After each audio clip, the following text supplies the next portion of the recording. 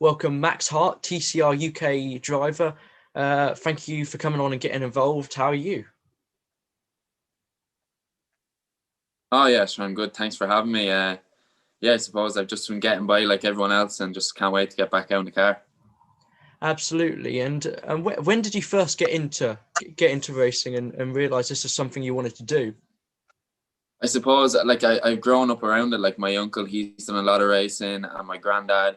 And when you're younger, like you see pictures on the wall, like you can see, I've seen them in my car. It's all around my house, and it's something that I've looked up to. I've looked up to them, and I suppose from an early age, like I had a choice. If I wanted to kind of go down the motorsport route, then I could, and that's what I did then. And yeah, like you said, I presume they're sort of role models and they're the people that got you into it. Were there any other like racing drivers that influenced you at all? Yeah, well, when I was young, before I started karting, I suppose I looked up to Michael Schumacher. You know, how could you not? Like, he's just an amazing person who's achieved some amazing things. And yeah, that's, I suppose, the main person I look up to. And kind of in the recent years, kind of 2010 onwards, it was Sebastian Vettel. He was a big inspiration for me. Absolutely, both very good drivers, and obviously you mentioned go karting there. Where did you start go karting and when? So we had go karts in the garage. They were all, like from the first time I can remember. We had go karts in the garage, and we took them out around the house when we were real young. And my dad, I suppose, he kind of wanted us to, because I have three other brothers, so we all had to go around the house. And one day my mom looked out the window and she saw we went flying by, and then she was just like, so because we were only like 5, 6, and 7, so that was it. The carts went away, and then kind of when I turned 10, we took the carts back out. So it was a good bit later on, but yeah, that's when I first got into it, and then I got my license to go kart and my medical, and then I started off with the Irish Karting Club, and me and my brother Charlie, who's a jockey now. He's a little bit younger than me. The two of us, we went off and we both did karting just on and off for the year, and then we dropped it after that year. Right, okay, and so you said you did a championship. How was that? Is that like a goal you wanted to do, or was it sort of just more for fun? It was more for fun, exactly. Like we still at the point we weren't sure what we were getting ourselves into. It was just in little cadet carts, so it was more for fun, and it wasn't even a full year. It was just on and off in the year. Absolutely. And when did you make the jump into proper cars? So when I was 15, I gathered enough money to go test Formula V, and that's kind of when it really started. And we weren't sure what to do, so we got onto Mondello Park, which would kind of be the track in Ireland really that everyone would know of, and it's the closest one to me as well. It's only half an hour away, just in Kildare there. And yeah, we just rang them up and we were like, look, we don't know what to do. Like I have a passion for it, like, and it was something that I wanted to do, something I wanted to chase. So they put us on to Formula V then, and then we got talking to Lee Stone Racing. And at this point in Ireland, you have to be 16 to race. So it was kind of like, oh, like we might have to wait till next year. But for that whole year, we tested Formula V. And then even while I was 16, we tested Formula V. And then just, when was it, I'd say? Yeah, from my 17th, I was 16 at the time because my birthday's in April. See, so it falls kind of just at the start of the season. So we started racing then Formula V just while I was 16 and 17. And yeah, that's when it really started, and we did well. And we did a half year while I was 16. That's what it was. We did a half year because I moved to Canada for 2 months that year. So we could only go on and off in that year. And then when I came home, we committed to a full season in 2018.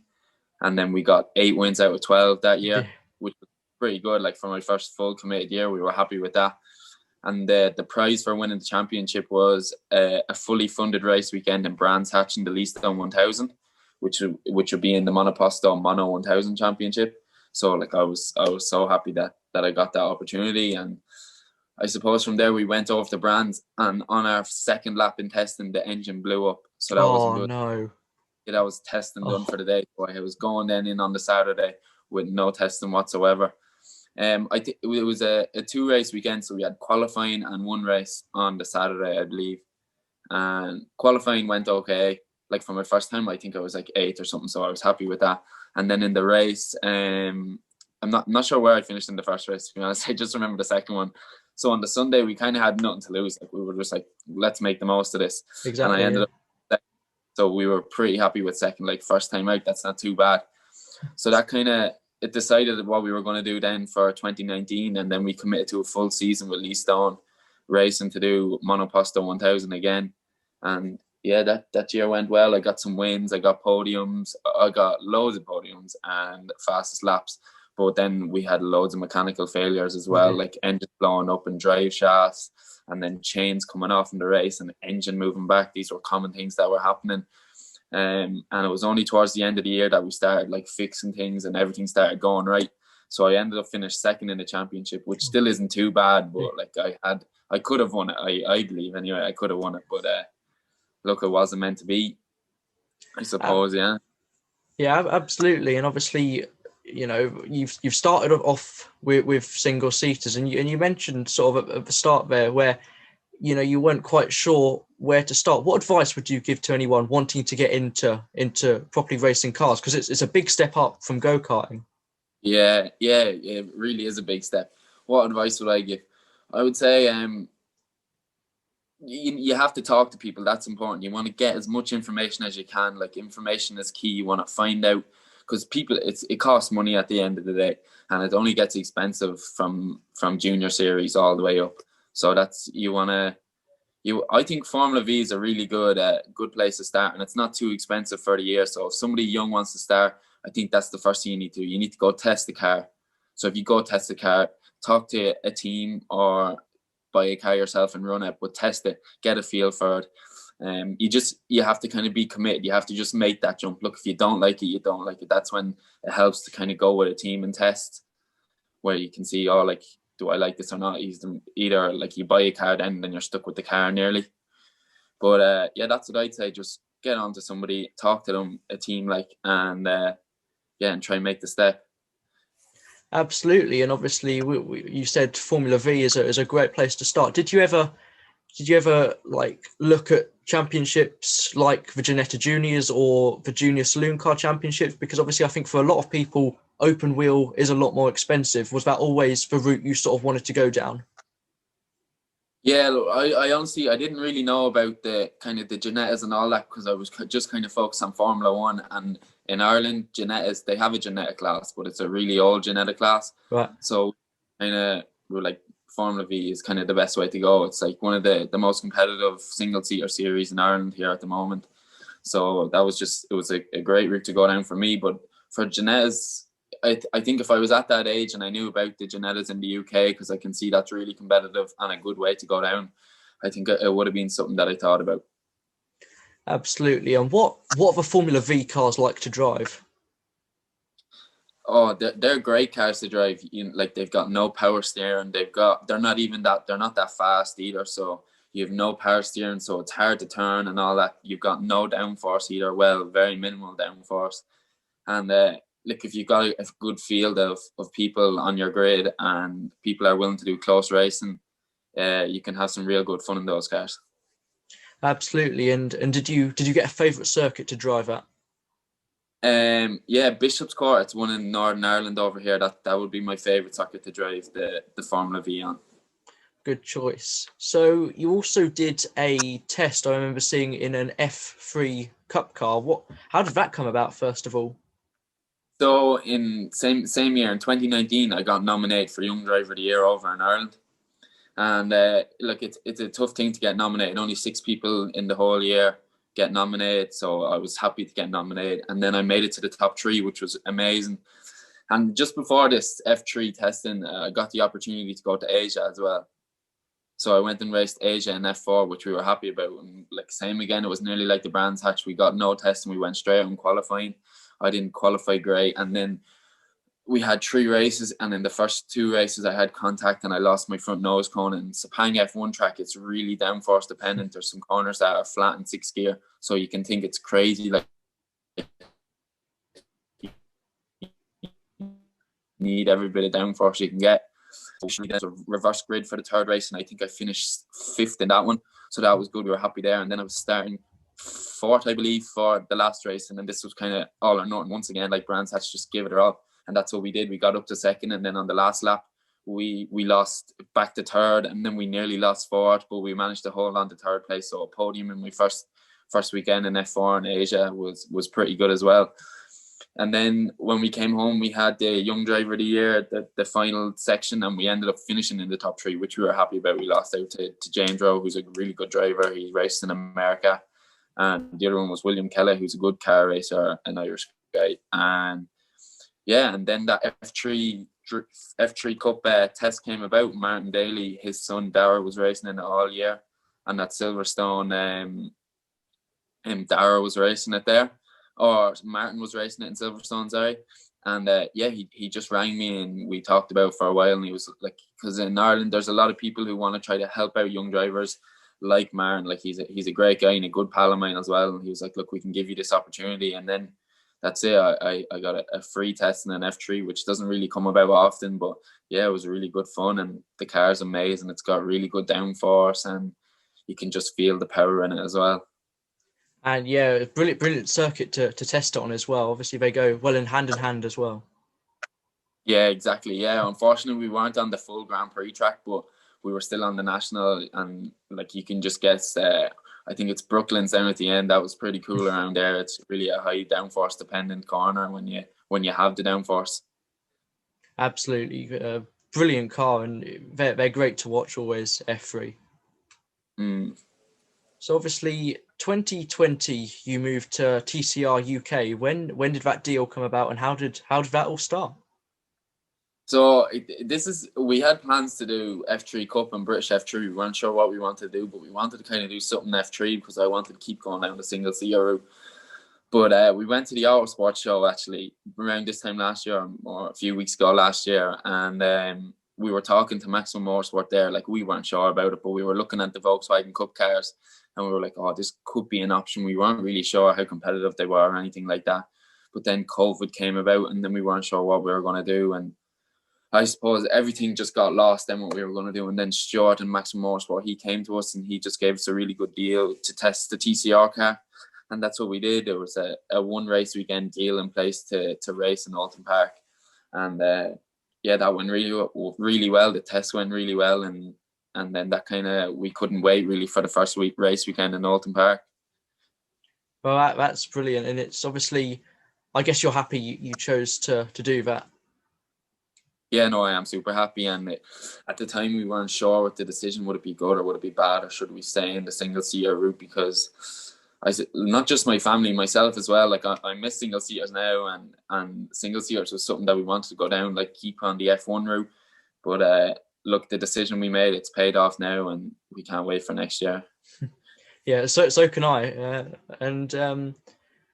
How different are the TCR UK cars to drive to anything you'd driven before? Obviously, very, very different types of race cars. Yes, so they're so different. Like, so many. I get this question so many times. Like, you can't really compare them, to be honest. They're totally, like, just because they're the front wheel drive, I suppose, that's totally different. Like the way you're sitting, it's left-hand drive as well. So you're sitting down or you're sitting up and on the left-hand side rather than in the middle and kind of nearly lying down, if you get me. The grip is totally different as well. They're just totally different and they're an amazing car. Yeah, I was going to ask about front-wheel drive. Did that take a long time to get used to?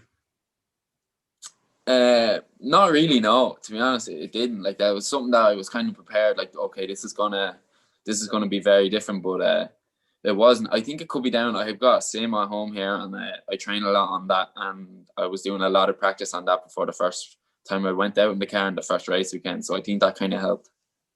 Absolutely, all about preparation. And how would you sum up your 2020 season in the TCR UK?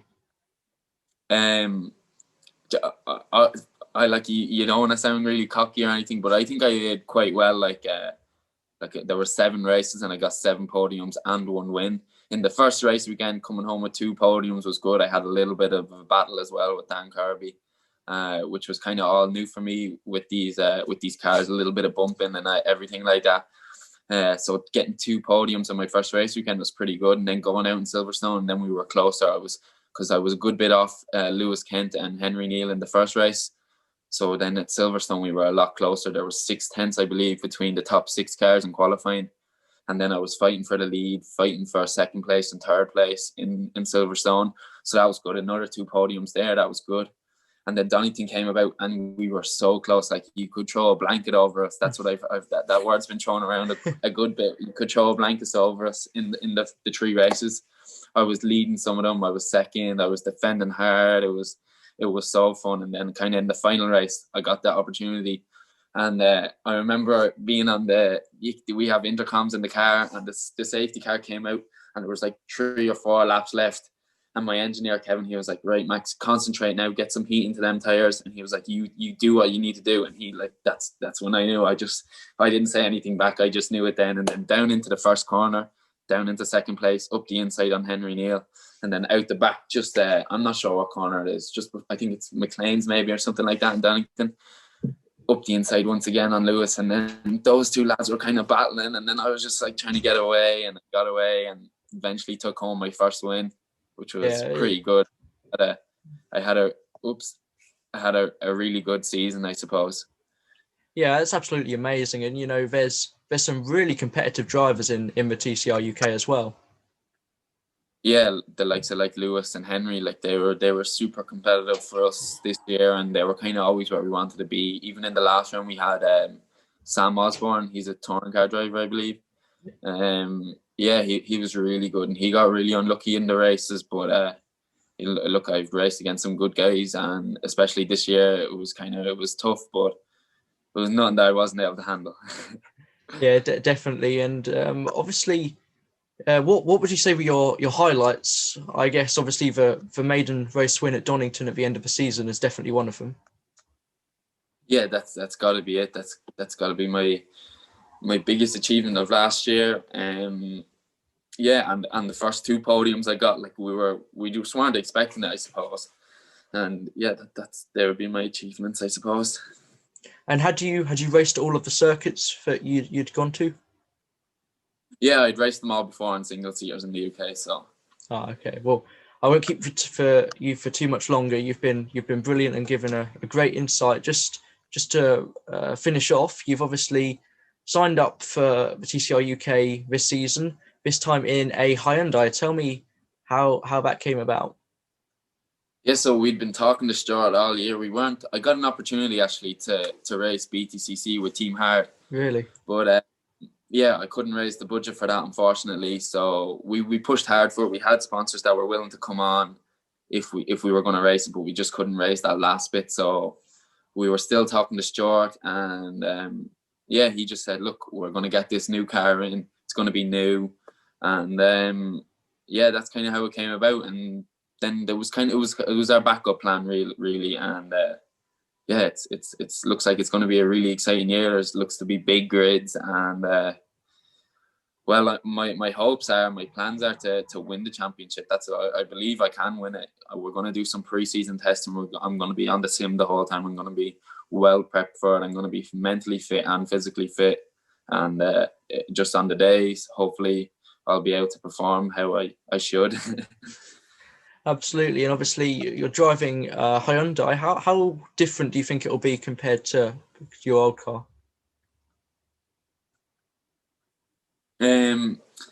Well, I can only really go from being behind Lewis really last year. You know, that's the kind of what I can go off. Other than that, I don't really know. But when I was behind Lewis, look, the car seems like it hooks up to the track really well. Seems like it's got a lot of grip, and it's fast. So yeah, I'm excited. Yeah, well, me too. I'm looking forward to watching the TCR UK, because I've never actually been to a race, because my home circuit's Snetterton, and they've never actually come there. So hopefully this season we'll be able to come and watch, and yeah, I'll come say hi. Yeah, hopefully, yeah, and definitely come say hi. Well, you've been absolutely brilliant. Thank you again for coming on and having a chat. It's been really good. Brilliant. Thanks for having me as well once again. I really enjoyed it as well. Well, that's good. Well, thank you again, and I'll see you soon, I'm sure. See you, Lewis. Cool. Thanks. Bye.